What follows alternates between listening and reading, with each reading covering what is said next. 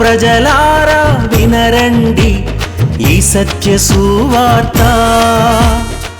ప్రభు అయిన యేసుక్రీస్తు వారి యొక్క నామంలో మిమ్మల్ని అందరినీ ప్రేమతో ఈ సత్య సువార్త అనే ఈ కార్యక్రమానికి ఆహ్వానాన్ని తెలియజేస్తున్నా. ఆరాధన టీవీ ఛానల్ ద్వారా దేవుని యొక్క సువార్తను ప్రకటించడానికి ప్రభు నాకు ఇచ్చిన ఈ అవకాశం బట్టి దేవునికి స్తుతి చెల్లిస్తూ ఉన్నా.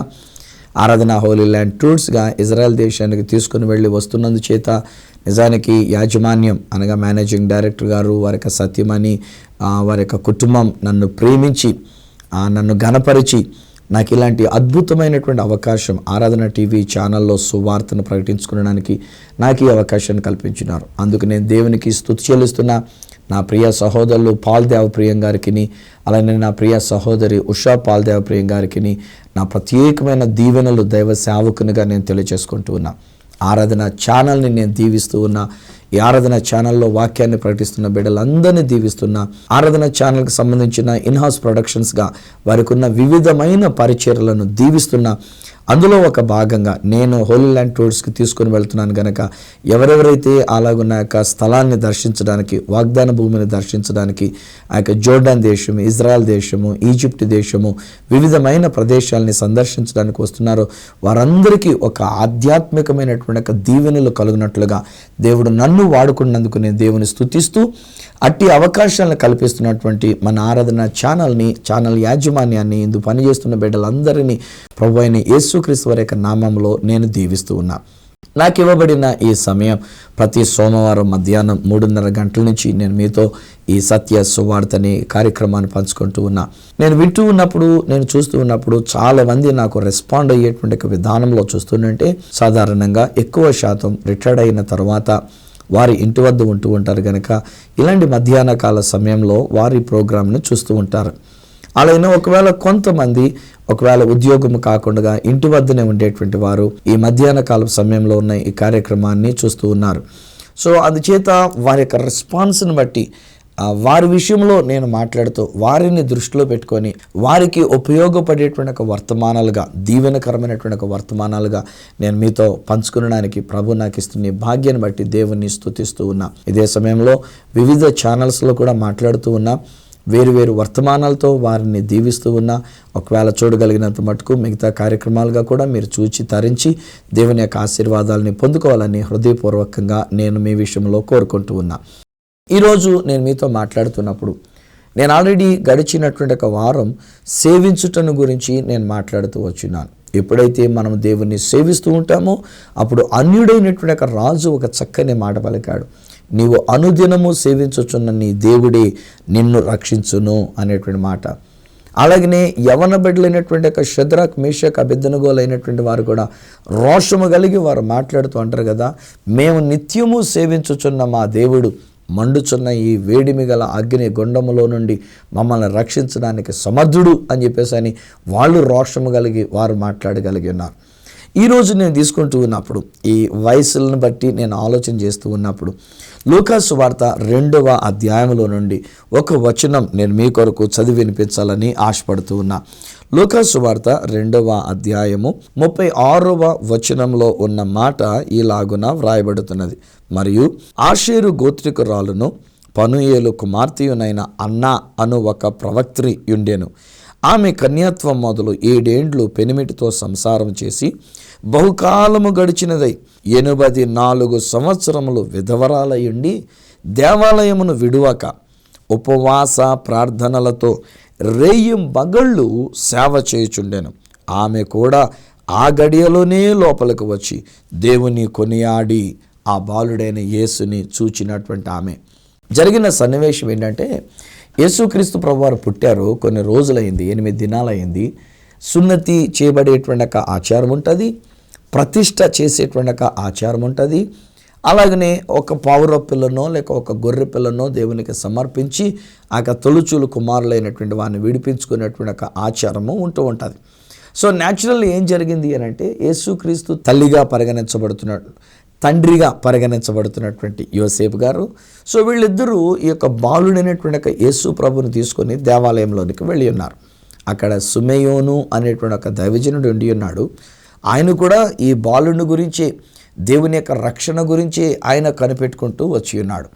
అయితే ఆయన వచ్చిన వెంటనే ఆ బిడ్డని ఎత్తుకొని, నాదా ఇప్పుడు నీ మాట చొప్పున నీ దాసుని సమాధానంతో నువ్వు పోనిస్తూ ఉన్నావు, ఇశ్రాయేలునకైనటువంటి ఒక రక్షణ నేను కన్నులారా చూచే భాగ్యం ఇచ్చి ఉన్నావు, ఇశ్రాయేల్ ప్రజల కొరకైనటువంటి ఒక వెలుగుగా ఈయనను నువ్వు నియమించి ఉన్నావు అని ఇలాంటి మాటలు చెప్పి దేవుని స్తుతించు ఆ బిడ్డని ఆశీర్వదించినారు. అనగా ఒక బాలుడైన యేసుని, దేవుని కుమారుడైనటువంటి యేసుని, ఒక దైవజనుడుగా ఉండినటువంటి సిమియోను అనేటువంటి ఆయన దీవిస్తూ వచ్చినాడు. ఆ కాంటెక్స్ట్లో వ్రాయబడినటువంటి ఒక వచనం ఈ యొక్క 36వ వచనముగా ఉండినటువంటి ఒక విషయం ఏమని అంటున్నాడనంటే, ఒక ప్రవక్త్రి ఒక ఆమె ఉండేను, ఆమె పేరు అన్న అని చెప్పేసి అని పిలువబడింది. ఆమె ఒక ప్రొఫెటెస్ అన్నమాట, ప్రవక్త్రి అని చెప్పేసి అని చెప్పబడింది. ఆమె కన్యాత్వం మొదలుకొని అంటే ఒక టీనేజ్లోకి వచ్చిన తర్వాత పెండ్లైన తర్వాత 7 ఏండ్లు పెనిమిటితో ఉండి, అనగా బహుశా టీనేజ్ ఒక 16 ఏళ్ళు అనుకోండి, ఇదొక 7 అని అంటే దాదాపుగా 16కి ఇంకొక 7 కలుపుకుంటే బహుశా 23 అనేటువంటి ఒక ఆ వయసులోనికి వచ్చినటువంటి వారు అని అనుకుందాం. సో ఇలాగున ఒక 24 వయసు దగ్గర నుంచి 84 సంవత్సరాల వరకు అంటే దగ్గర ఒక 100 సంవత్సరాల వయసు కలిగినటువంటి ఆమె యొక్క జీవితంలో వ్రాయబడినటువంటి ఒక అద్భుతమైనటువంటి ఒక మాట స్టేట్మెంట్ ఏమనుందనంటే, ఆమె దేవాలయమును విడువాక రేయిం బగళ్ళు ఉపవాసముతో ప్రార్థనలతో దేవునిని సేవించుచూ ఉండెను. గడిచిన దినాల్లో మన యొక్క ప్రజలైనటువంటి వారు కూడా సాధారణంగా ఈ లెంటు అనేటువంటి రీతిగా చాలామంది చేసి ఉన్నారు కదండి. ఈ రోజున కేవలం క్యాథలిక్లు మాత్రమే కాదు, లేకపోతే ఈ రోజున మిగతా డినామినేషన్లు మాత్రమే కాదు, ఈవెన్ ఇండిపెండెంట్గా ఉన్నటువంటి వాళ్ళు కూడా చేస్తూ వచ్చారు. మంచిది. 40 రోజులు ఉపవాసం చేసినందువలన మన శరీరానికి మంచిది, మన ఆత్మీయ జీవితానికి మంచిది. 40 రోజులు ఒక ఆచార ప్రకంగానైనా కనీసం మన గుడికి రావటం అనేటువంటిది అది కూడా మంచిదే. ఇలాంటి ఆచారాల గురించి సెటైర్లు వేసేటువంటి వాళ్ళు సెటైర్లు వేస్తూనే ఉంటారు. ఆ మధ్యలో ఒక లెవెల్లో యవనస్తులైనటువంటి ఒక ప్రబుద్ధుడు ప్రతిదానికి సెటైర్ వేసి దాని ప్రకారంగా ఏదో ఒకటి అన్నట్టుగా వాట్సాప్లో పెడుతూ వచ్చినాడు. నేను ఆ మాటలు వింటూ ఉన్నప్పుడు బాధపడుతూ వచ్చాను. అరే సెటైర్ ఏటివేనా నువ్వు చేసే ప్రకటించే సువార్తమానం? మళ్ళీ దానిలో ఏమంటాడంటే, దీని వలన ఎవరైనా ఆత్మలు రక్షింపబడుతున్నారా అని ఎదుటి వాళ్ళ గురించి సెటైర్లు వేస్తారు. For example even run for Jesus అనేటువంటి కార్యక్రమాన్ని గురించి కూడా ఇది బైబిల్లో ఉందా, బైబిల్లో ఆ పేరుందా, బైబిల్లో పేరున్న ప్రకారంగా చేస్తున్నారా, ఇది మనం చేయవలసిన కార్యక్రమేనా, ఇదా ఇలా జరిగేది, దీని బదులు 4 కరపత్రికలు పంచిపెడితే సువార్త అందుతుంది కదా అన్నవాడు మరి ఇదంతా చేసిన దానివల్ల ఏమన్నా ఒక ఆత్మ రక్షింపబడుతుందా అని నేను ప్రశ్న వేస్తూ ఉన్నా. ఇది వాడు ఆ విధంగా ఒక చిన్న మెసేజ్ పెట్టించి లేకపోతే ఒక చిన్న స్మాల్ షార్ట్ ఫిల్మ్ అనేటువంటిదిగా తీసి ఆ క్లిప్పింగు ఈ క్లిప్పింగ్లు తీసి ఆ పాదిరిగాన్ని ఈ పాదిరిగాన్ని దుయ్యబట్టి ఇలా చేసినందువలన ఒక ఆత్మను రక్షింపబడుతుందా వాడు చేసినటువంటి ఒక విషయంలోని? సో ఇలాగున కొంతమంది సెటైర్లు వేసే వాళ్ళు వేస్తూ ఉంటారు. But I don't mind for those people and I don't mind for those satires also. వాటి గురించి మనం పట్టించుకోవద్దులేండి. నేనైతే పాజిటివ్గా నేను చూస్తున్నా. కోర్స్ ఇది ఒకవేళ క్యాథలిక్ల యొక్క పద్ధతి, ఆ తదుపరి ఒకవేళ లూథరన్స్ కానీ లేక సిఎస్ఐ వాళ్ళు కానీ ఇలాంటి డినామినేషన్ వాళ్ళు లెంట్ డేస్ అనేటువంటిది జరిపిస్తూ ఆ యొక్క లెంట్ డేస్లో 40 రోజులు ఉపవాసం చేయడానికి చేస్తారు, 40 రోజులు దేవుని ఆలయానికి రప్పిస్తారు, 40 రోజులు దేవుని యొక్క వాక్యాన్ని ధ్యానిస్తారు. సో ఒకవేళ ఆచారంగా వెళ్ళొద్దు అని అంటాం కానీ but at the same time కనీసం ఆచారంగానైనా గుడికి వచ్చినందుకు సంతోషం కదా అని అంటాను నేను నా యొక్క విషయంలోనే. కనీసం ఆచారంగానైనా వాళ్ళు ఉపవాసం ఉన్నందుకు అది వాళ్ళకి ఎంతో దీవెనకరం కదా అని అంటూ ఉంటాను నేను. సో ఇక్కడ ఈమె యొక్క జీవితంలో చూస్తే ఆమె జీవిత కాలం అంతా దేవాలయంలోనే గడిపిందంటే. హే ఫ్రెండ్స్, ఈరోజు నేను మీతో కూడా పంచుకున్నటువంటి మాట ఇదే, don't waste your time by going here and there. మనకి ఈ వయసు వచ్చిన తర్వాత రిటైర్డ్ అయిన తర్వాత మనకు ఉండేటువంటి ఆలోచనలు ఏమంటాయంటే, ఎవరో ఒకరి దగ్గరికి వెళ్ళి కాసేపు ముసలమ్మ ముచ్చట్లు వేసుకుందాము కదా అని అనుకుంటాం కదా, వాళ్ళ ఇంటికి వెళ్ళి కాసేపు గడిపోద్దాం, భోజనం చేసిన తర్వాత ఏదో కాలక్షేపంగా కాసేపు ఒకళ్ళ ఇంటికి వెళ్దాము వాళ్ళ ఇంటికి వెళ్దాం అనుకొని ఈ రోజు ఒక ఇంటికి వెళ్తే రేపు పొద్దున్న ఇంకొక ఇంటికి వెళ్తే ఎల్లుండి ఇంకొక ఇంటికి వెళ్తే ఇలాగున మన సమయాన్ని వృధా చేసుకుంటూ ఉన్నాం. ఈరోజు నీ వయసులో పెద్దవారు అయినటువంటి వారులారా మీతో చెప్తున్న మాట ఆలకించండి.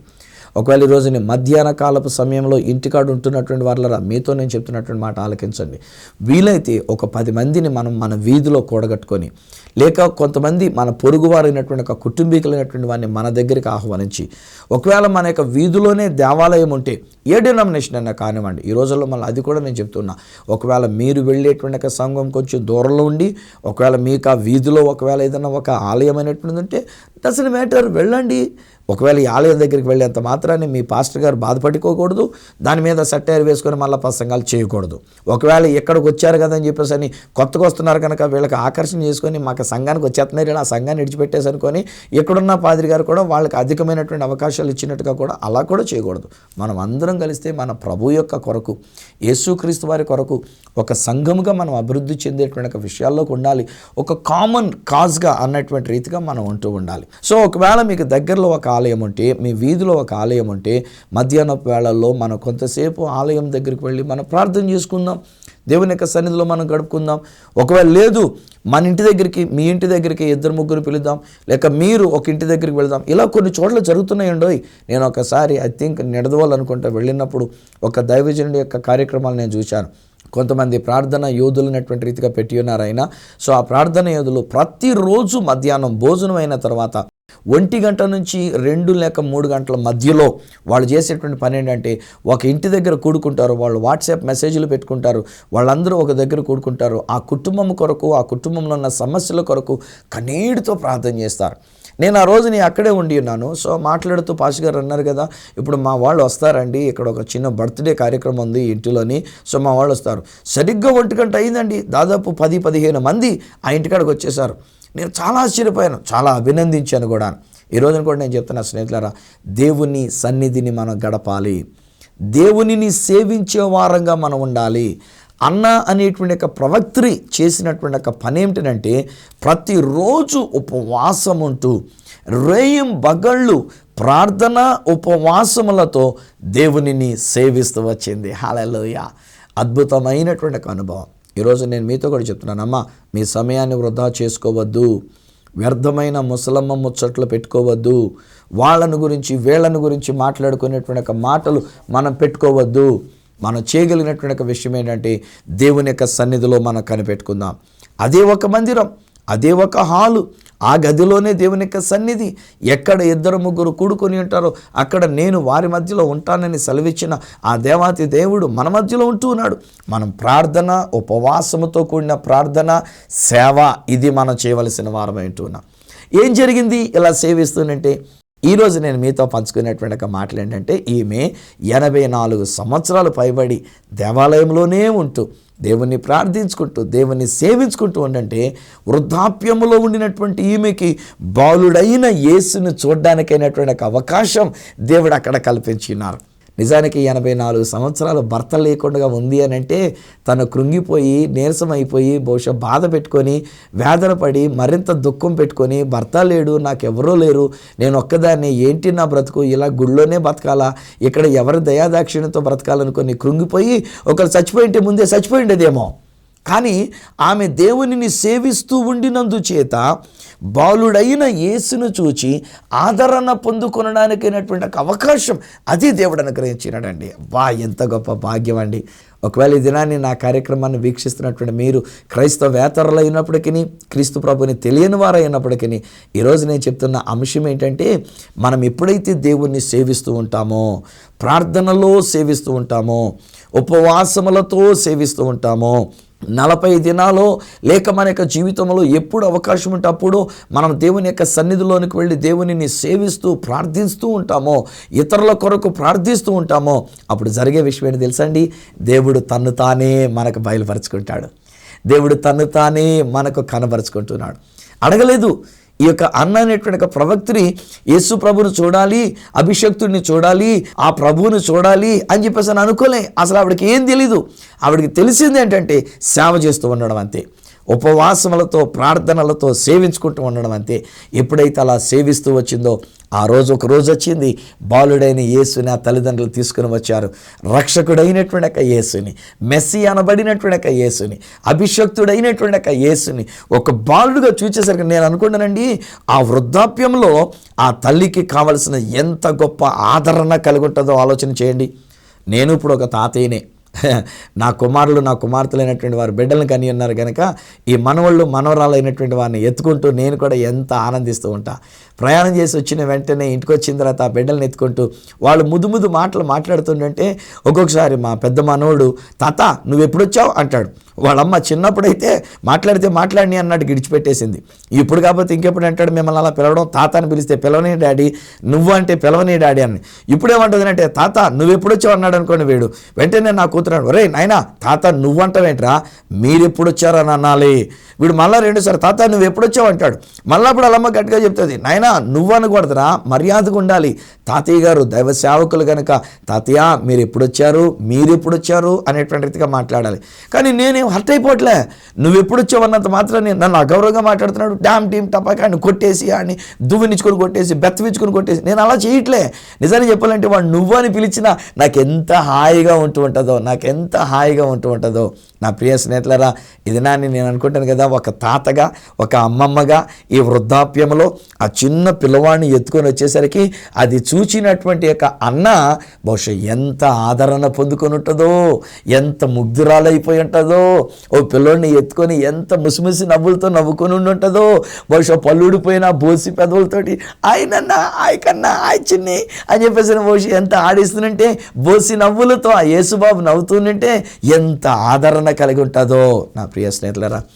నేను ఇలా మాట్లాడుతుంటే బహుశా మీకు కూడా కొంతమంది చాలా దుఃఖములు ఉన్నారు కాదు.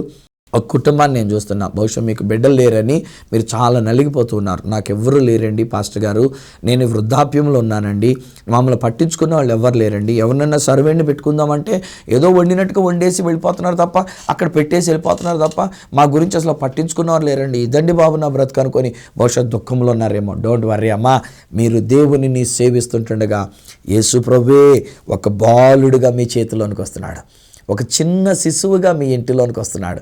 ఆయన తన్ను తాను మీకు కనబరుచుకున్నప్పుడు మీ దుఃఖమంతా తీసివేస్తున్నాడు, మీ భారమంతా తీసివేస్తున్నాడు, మీ వేదనంతా తీసివేస్తున్నాడు, మీ ఒంటరితనాన్ని ఆయన I don't know how he comes, ఎలా వస్తారో నాకు తెలియదండి. ఒక బాలుడు లాగా మొట్టమొదటిగా వచ్చినటువంటి ఒక యేసు బాలుడిని నేను చూస్తున్నా. బహుశా నేను అనుకుంటాను అన్న అనేటువంటి ఒక ప్రవక్తిని ఎంత ఆదరణ పొందుకొని ఉండి ఉంటుందో అదే ఆదరణ ఈరోజు మీకు నేను తెలియజేస్తున్నాను. అమ్మ నీ కన్నీరు ప్రభు తుడిచినాడు, అమ్మ నీ వేదన ప్రభు తీసివేసినాడు. చాలా కాలంగా మీరు వేదన పడుతున్నారు. ఈవెన్ బ్రదర్ మీరు కూడా దుఃఖములో ఉండి ఉన్నారు. అయ్యా మమ్మల్ని గురించి పట్టించుకున్న వాళ్ళు ఎవరు లేరండి, భార్య భర్తలుగా మేము ఇద్దరమే, మాకు సహాయం చేసేవాళ్ళు లేరు. ఒకవేళ మీకు బిడ్డలు లేకపోవటం వల్ల మీరు ఆ దుఃఖంలో ఉన్నారు. ఇంకొకరు మీ బిడ్డలు ఉన్నారు కానీ మీ బిడ్డలు ఏదో దేశాలకు వెళ్ళిపోయారు. ఇప్పుడు మీకు బిడ్డలు అనేటువంటి వాళ్ళ దగ్గర లేరు. మీకు ఏ కష్టం వచ్చినా కనీసం లెగలేని స్థితిలో ఒక కాఫీ పెట్టాలంటే, లెగలేని స్థితిలో మీకు ఏదైనా ఒకటి అందించాలంటే, బయటికి వెళ్ళి ఒక కోడిగుడ్లు ఏదైనా కొనుక్కు రావాలంటే ఎవ్వరూ లేనటువంటి పరిస్థితుల్లో మీరు నలిగిపోతూ ఉన్నారు. డోంట్ వర్రీ, ఓ చిన్న పిల్లోళ్ళలాగా యేసు ప్రభు మీ దగ్గరికి వస్తున్నాడు. అమ్మమ్మ ఏం కావాలి నీకు, కొడుగులదేనా, నేను వెళ్ళి తీసుకొస్తానుండు అని అంటే ఎంత ఇదైపోతాం మనం. ఇంకో రకమైన కన్నీరు వచ్చేది, ఆదరణతో కూడినటువంటి కన్నీరు వచ్చేది. అమ్మమ్మ నేను ఉన్నాను కదా నీకెందుకు ఏడవద్దులే అని చెప్పేసి నా చిన్న చిన్న చేతులతో మన కన్నీళ్ళు ఇలా తుడుస్తుంటే మనం ఇంకా ఏడిచేస్తూ ఉంటాం. ఇంకా ఈరోజు నేను చెప్తున్నా, నా యేసయ్య మీ ఇంట్లోనికి వచ్చినారు, మీరు ఆయనను సేవిస్తుండగా నా ప్రభు ఒక చిన్న పిల్లవాని వలె ఆయన మీ దగ్గరికి వచ్చినాడు. ఆయన పిల్లవాని వలె మిమ్మల్ని ఆదరించడానికి, మీ కన్నీరు తొడవడానికి మీ ఇంట్లోనికి వచ్చినాడు. ఈ విధంగా నేను ఆలోచన చేస్తుంటే నేను అనుకుంటాను స్నేహితులారా, మనం తెలియక మనం ఏదో మన కష్టాలు వచ్చిన వెంటనే మనం మొర్రపెట్టుకొని మనం ఏడుస్తూ ఉంటాం.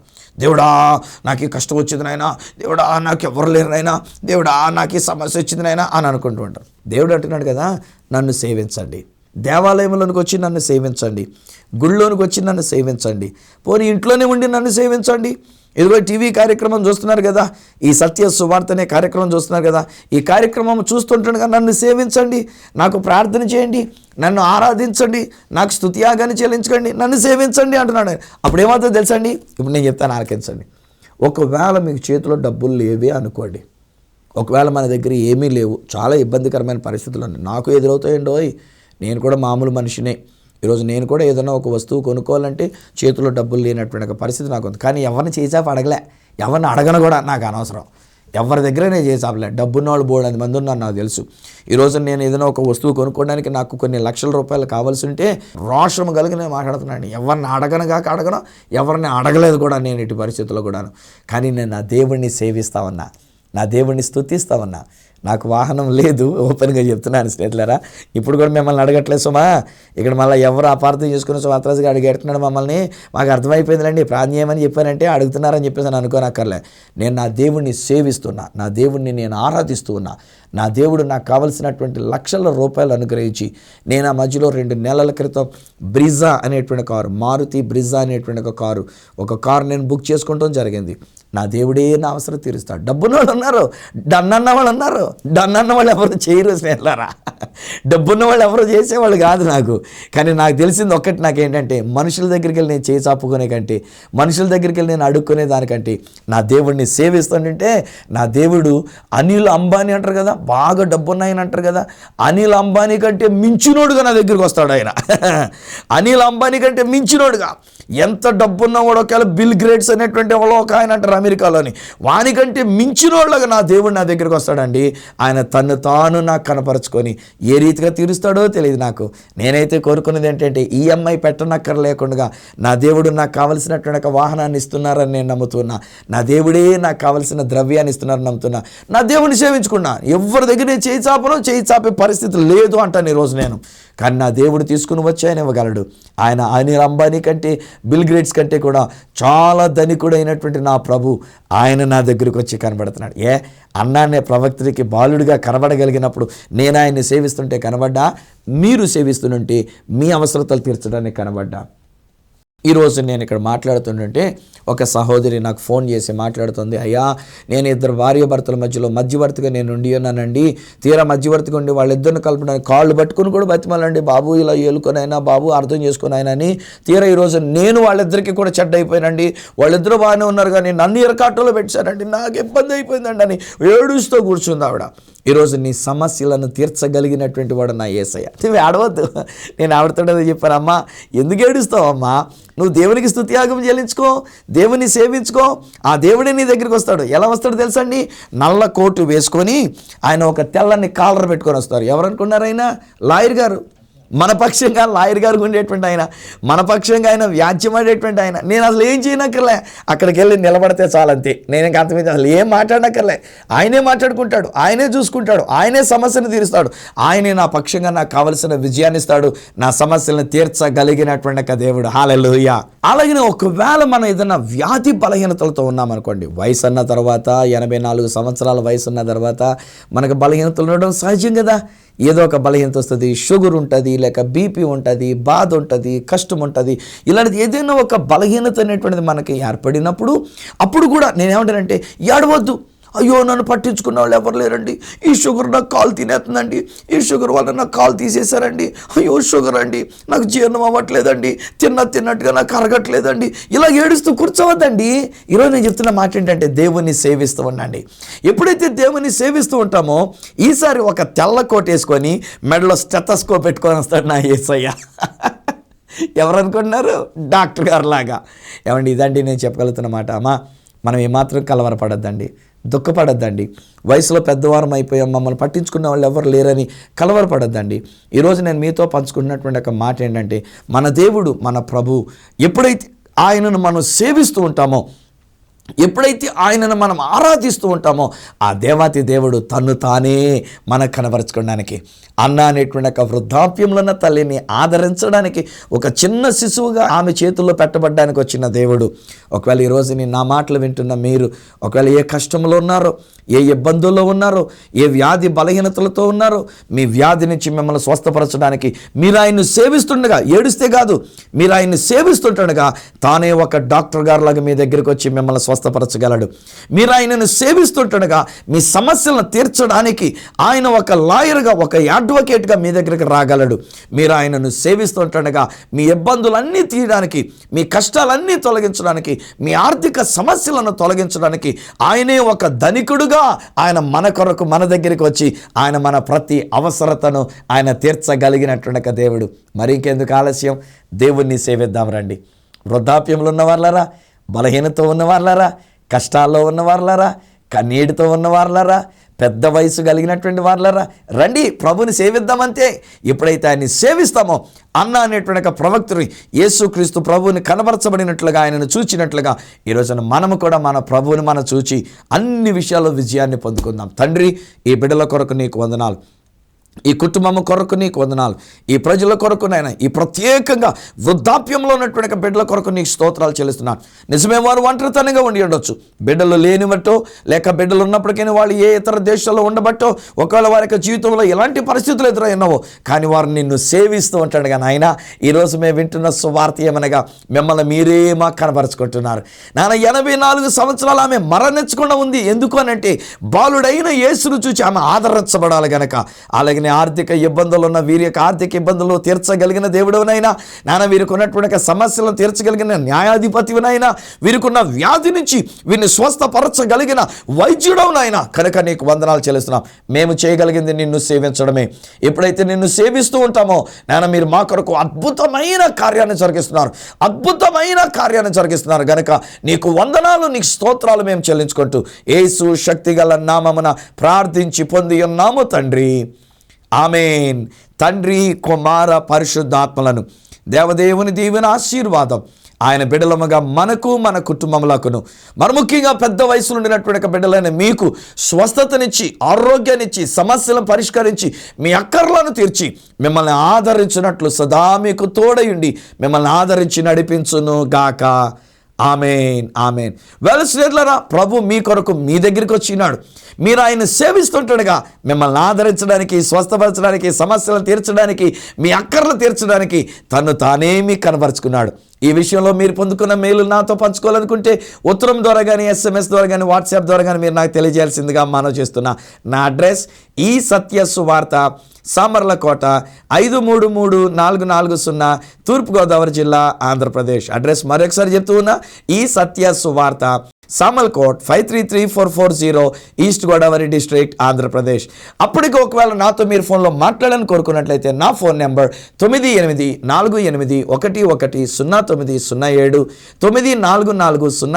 9440040992, 8888552766. ఒకవేళ నాకు ఈమెయిల్ చేయాలనుకున్నట్లయితే నా ఈమెయిల్ ID ఈ satyasuvartha@gmail.com. మళ్ళీ వచ్చే వారం ఈ సత్య సువార్త కార్యక్రమంలో మిమ్మల్ని కలుసుకునేటంత వరకు మనలను మన దగ్గరికి వచ్చి మనల్ని ఆదరించే ఆ ప్రభు అయిన యేసుక్రీస్తు వారి చేతులకు మిమ్మల్ని అప్పగిస్తూ మీ దగ్గర సెలవు తీసుకుంటున్న మీ ప్రియ సహోదరుడు ఈ సత్య సువార్త రాజు.